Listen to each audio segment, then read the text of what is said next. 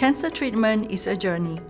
The journey can be pretty challenging, so it's really important our patients have the right nutrition.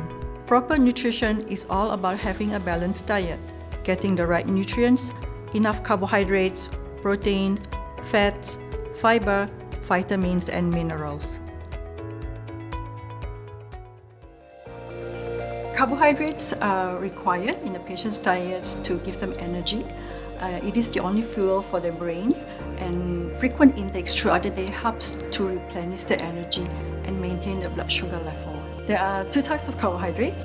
There are simple carbohydrate, anything that tastes sweet, such as sugar, honey, syrups, all that gives a quick burst of energy when you need it.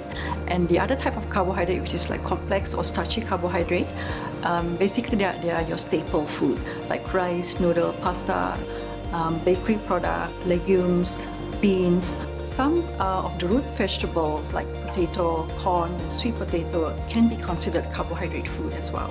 During the course of treatments, if the appetite has been reduced and really can't eat the starchy type of carbohydrate food, you may need a quick burst of energy from simple carbohydrate food. Protein is essential for growth, including growth of new tissue, repair, and muscle building. It is also required in regulating metabolisms. Protein is available in two forms: animal protein and plant protein. Animal protein includes meat, seafood, shellfish, eggs, and dairy products like yogurt, milk, and cheeses. You can also get protein from plant sources like legumes, nuts, beans, and seeds. Some carbohydrate-rich food also contain protein, such as rice, pasta, and potato.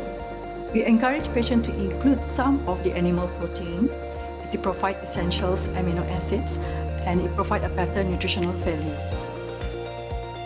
Fats provide essential fatty acid, something that our body do not produce itself, so we do need it from our food.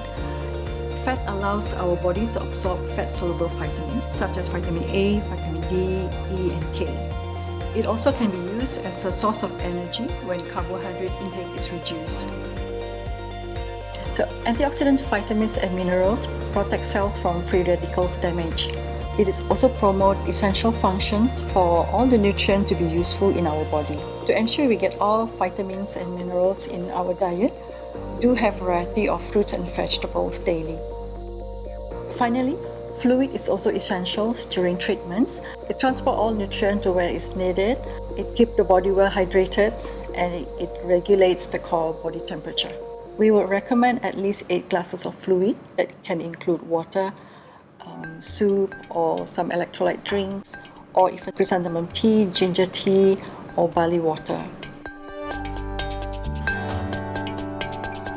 For good food safety practices, these are some of the guidelines that you may follow. Wash fruit and vegetables well, ideally under running tap water, and cut them only when you need them. Cook all food thoroughly until well done, especially for protein food. Add sauces and seasoning while cooking, and do not add garnishes after. Ensure that all dairy products are pasteurized and avoid soft cheeses. Never consume any outdated foodstuff. When eating out, avoid crowded places. Choose food stall that has higher hygiene rating, and also observe that the food handlers are in a clean attire, aprons, gloves, hair are bundled up in a net, free of jewelry. Choose food that is freshly prepared, that hasn't been sitting around for a long time.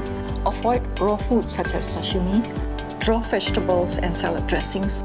Cockles and clams are not encouraged as they tend to be undercooked and it can be a source of bacteria. Keeping to these guidelines, you can make sure that you continue to eat well during your treatments to avoid infections and other complications during the process.